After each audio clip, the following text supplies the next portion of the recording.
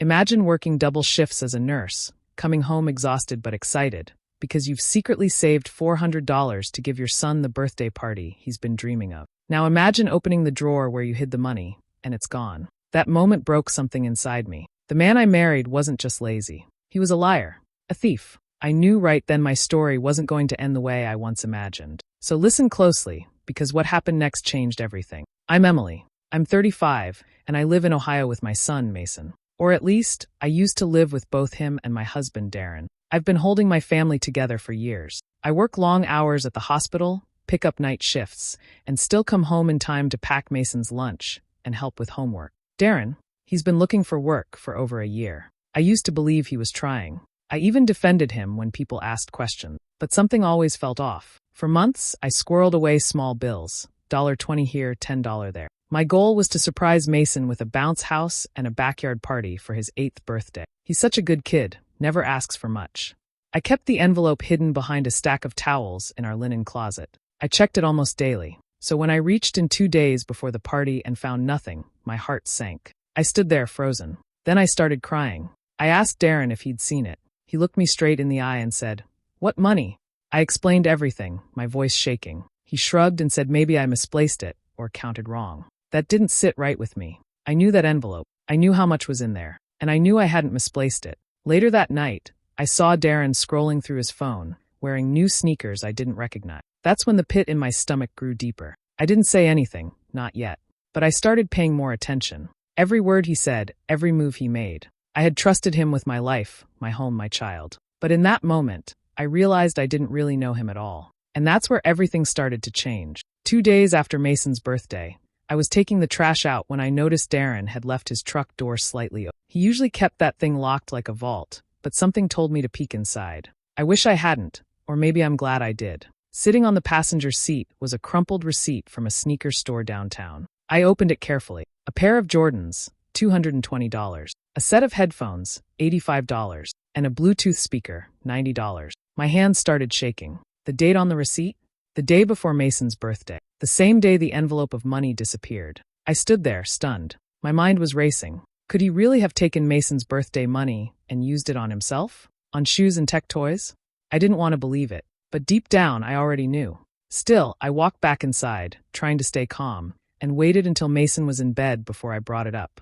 I showed Darren the receipt and asked him straight up, "Did you take the birthday money and buy this stuff?" He didn't even flinch. He laughed and said, "You're being dramatic. That's my money from a side job I did with Reby. You really think I'd steal from my own family?" That word, steal, he made it sound like I was crazy for even thinking it, like I was the bad guy for asking. I felt my face flush, my stomach twist. I didn't say much after that.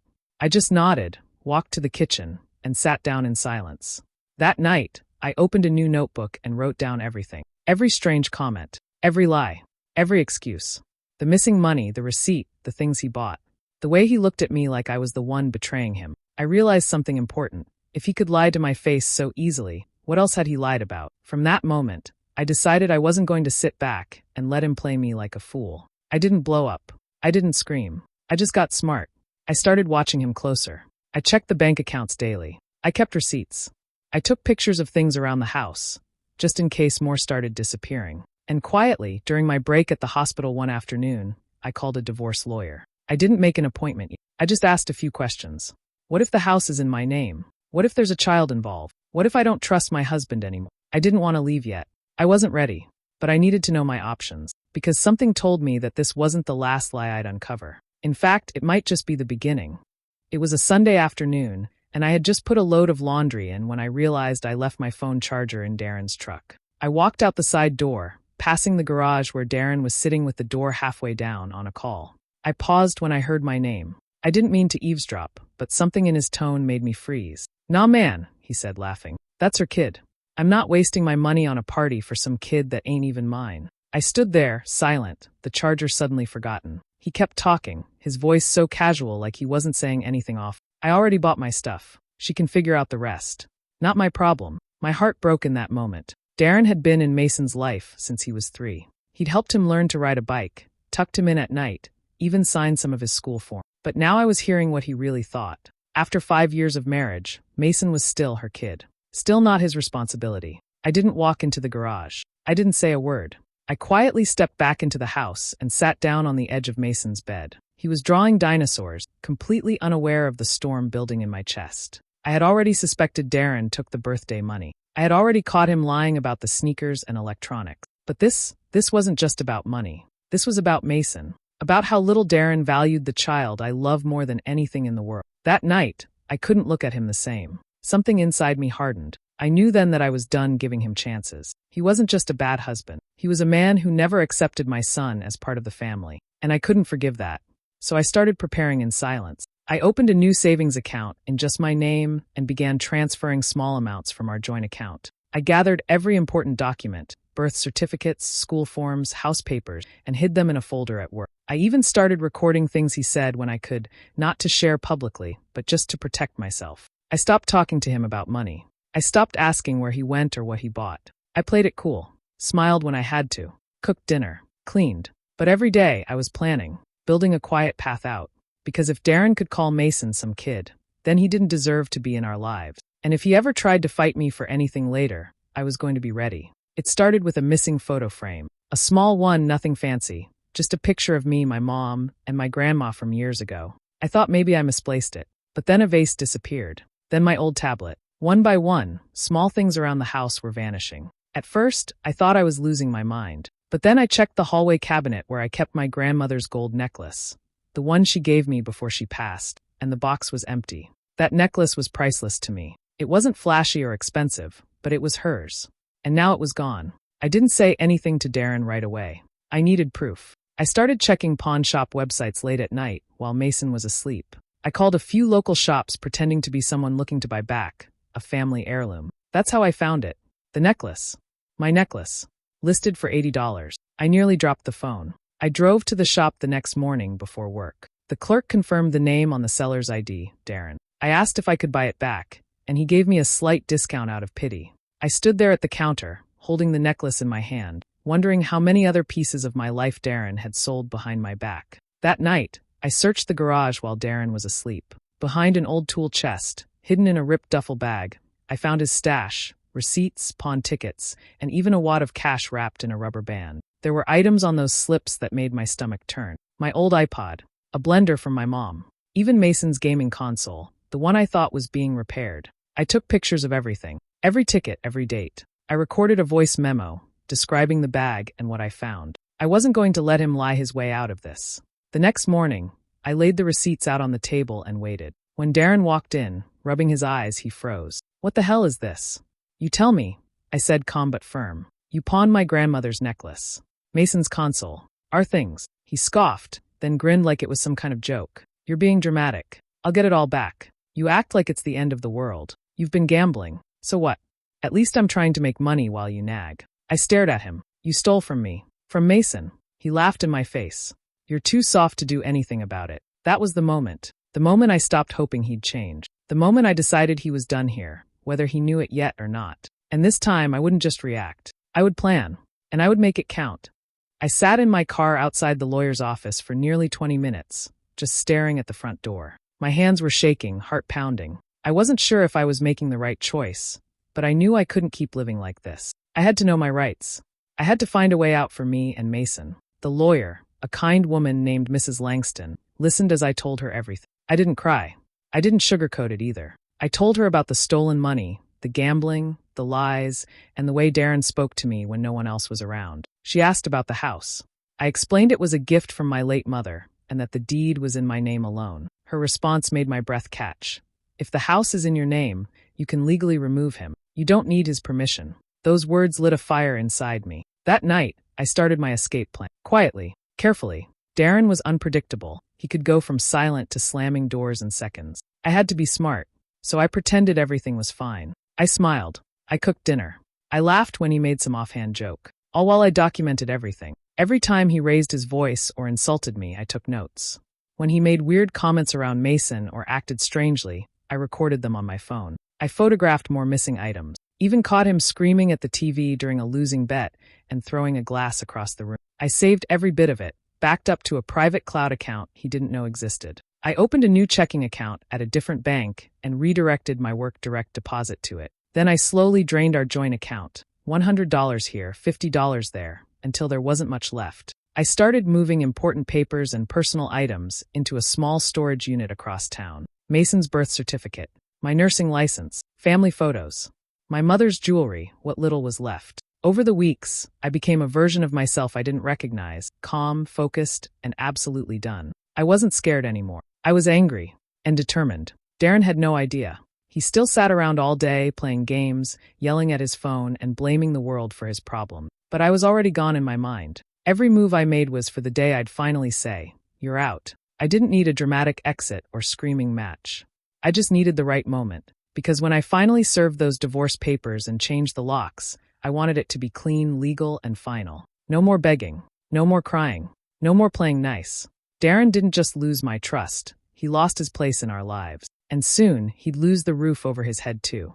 The morning of Mason's birthday, I woke up with a heavy heart. I had imagined this day so differently. Bright decorations, a rented bounce house, a magician doing silly tricks while the kids screamed with joy. But instead, I had a tight budget and a broken spirit. I baked cupcakes from a box mix at 6 a.m. before my shift. The frosting was lumpy, the balloons came from a dollar store, and the decorations were drawn by hand the night before while Mason slept. I used paper plates left over from a holiday party last year. No magician, no bounce house, just a few neighbors' kids, some music on a Bluetooth speaker, and hot dogs on the grill. Darren didn't contribute a single thing. He didn't even show up until halfway through the party, carrying a six-pack of beer and muttering about how loud the kids were. He didn't bring Mason a gift, didn't even say happy birthday, when he walked past him to sit on the porch and scroll his phone. I smiled through it all, took pictures, laughed with the kids. I told myself that Mason wouldn't notice what was missing. That love was enough. But the second the last guest left and the noise faded, I walked into the laundry room, closed the door, and let the tears fall. I cried harder than I had in years. Not because of the missing magician or the cheap decorations, but because I felt like I had failed my son. I wanted to give him magic. I wanted to show him that no matter how hard life was, his birthday was sacred. Instead, he got a tired mom and a bitter man who didn't even care. I sat there, trying to be quiet, wiping my eyes with a towel, when I heard soft footsteps. Mason stood in the doorway, holding one of the cupcakes in his hand. He looked at me with those big brown eyes and said, "It's okay, Mom. This was the best day ever." My heart shattered and healed all at once. I pulled him into my arms, holding him tighter than I ever had. I whispered, "You deserve the world, Mason. I'm sorry it wasn't perfect." He just smiled and said, "It was perfect because you were there." That night, after he went to bed, I sat on the couch in silence. I looked around the room at the fading decorations and the empty plates. And I made a promise to myself, a silent, unbreakable vow. Mason would never grow up thinking that Darren was what a father should be. He would never believe that neglect, disrespect, or silence was love. I would show him strength. I would show him what it meant to choose peace over chaos. And I would make sure his next birthday was filled with real joy, because by then, Darren would be nothing more than a memory. It was a Tuesday morning when the papers were delivered. I made sure Darren was home, sitting on the couch in his usual stained t-shirt, watching TV like he had no care in the world. The process server knocked once, then handed him the envelope with a calm, "You've been served." Darren looked confused at first. Then he tore the envelope open, and his entire face changed. He stood up so fast the remote flew from his lap. "What the hell is this, Emily?" he barked. "It's exactly what it looks like," I said from the kitchen. My voice was steady, calm, too calm for what was coming. "You're divorcing me?" he yelled, his voice rising. "You think you're going to kick me out and keep the house? This is my home too." That was the moment he lost it. He started throwing things, cushions, a coffee mug, even Mason's school backpack, screaming about how ungrateful I was, how I'd ruined his life, how I'd regret this. But I didn't flinch. I had rehearsed this moment too many times in my head to be afraid now. "I talked to my lawyer," I said firmly. "The house is in my name. You don't own a single tile of it. You think that matters?" he hissed.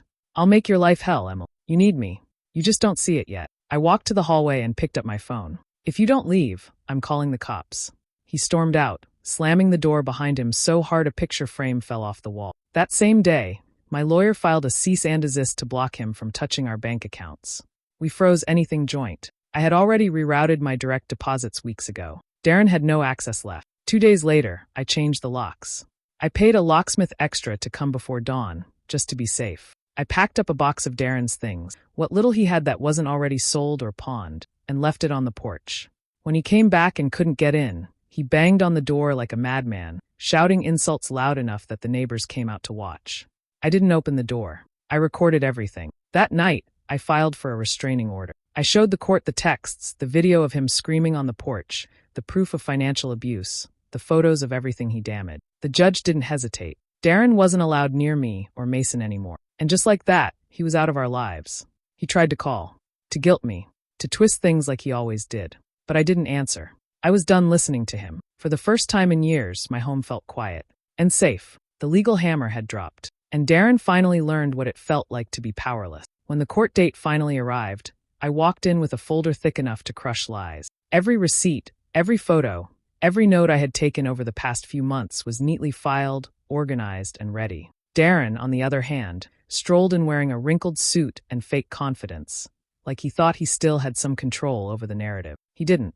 The first thing he did was file for alimony. He stood there and told the judge, with a straight face, that he had sacrificed his career to support me and be a homemaker. He claimed he cleaned, took care of Mason, and allowed me to focus on my nursing job. I couldn't believe what I was hearing. My jaw clenched, but I let my lawyer do the talking. Your Honor, she said calmly, we have documentation showing Mr. Darren Wright has not held a steady job in over 4 years. We also have receipts showing he sold family belongings, pawned electronics, and gambled regularly. He did not contribute financially, emotionally, or practically to this household. Then came my folder. The judge flipped through evidence. Screenshots of his spending, a statement from Mason's school about his absence in parent meetings, and even a statement from the pawn shop confirming Darren's transactions. When Darren insisted he deserved half the house, the judge asked, "Whose name is on the deed?" "Mine," I replied. "My mother gifted me that house before she passed away." "And Mr. Wright's name?" "Not on it. Not ever." Darren's smirk faded. He looked between me and the judge like he was just realizing his game was over. But he couldn't help himself. "I still lived there for years. I made it my home. I'm entitled to something." I turned to him, calm, clear, and done. "You've been living in my mother's house rent-free. You're not entitled to anything. You were just a tenant, and your lease is up." The courtroom was quiet for a beat. Even the judge seemed to pause at how cold and final my words were. The ruling was swift. No alimony, no claim to the house, no shared assets. The judge denied every single request Darren made. And just like that, it was done. Outside the courthouse, he tried to talk to me one last time. He called my name, tried to plead, then got angry all over again. But I didn't stop walking. I didn't say another word. That man would never get another piece of me. Not my time, not my voice, not my tears. That was the last day I ever saw him. The day I reminded him that this wasn't just a breakup. It was eviction from my life, from my home, and from every future he thought he was entitled to. And I've never looked back. The silence in the house felt different now. It wasn't heavy or tense. It was peaceful, safe, the kind of quiet that lets you breathe fully for the first time in years. After Darren was gone, it was just me and Mason, and for once that felt like enough. The first night without him, Mason slept through the night. No nightmares. No tossing and turning. Just deep, calm sleep. I stood in the doorway and watched him, a soft smile on his face as he clutched the same stuffed dinosaur he'd had since he was 3. I don't think I realized how much tension had been hanging over both of us until it was gone. The house felt warmer too.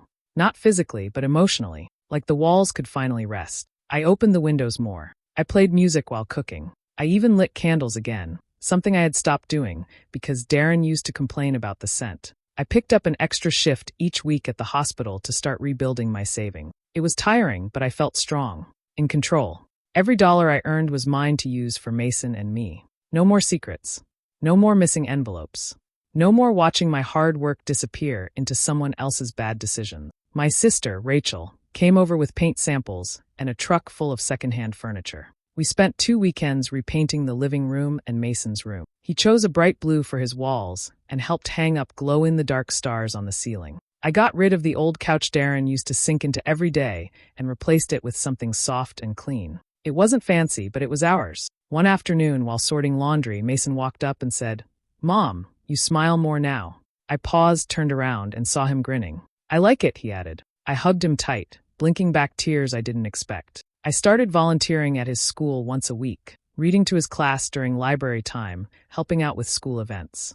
The teachers welcomed me with warm smiles, and I made a few new friends among the other moms. For the first time in a long while, I wasn't just surviving, I was reconnecting with who I used to be. The road wasn't easy. I still had days when the past crept up, when doubts whispered in my ear. But every time I saw Mason's face light up, or heard laughter in our home, I remembered why I did it. We weren't broken anymore. We were rebuilding. And every piece I picked up, every choice I made, brought us closer to the life we truly deserved. We didn't just get through the storm, we created sunshine on the other side. 1 year later, the house looked nothing like it did before. The cracks had been filled, the darkness lifted, and every corner now echoed with laughter instead of tension. Balloons danced in the summer breeze, a magician twisted balloons into animals, and children raced across the lawn with sticky faces and icing-covered hands. Emily stood by the doorway with a tray of cupcakes, watching Mason run around with his friends, his laughter loud and unburdened. For a moment, she let herself just breathe. This wasn't just a birthday party, it was proof of survival,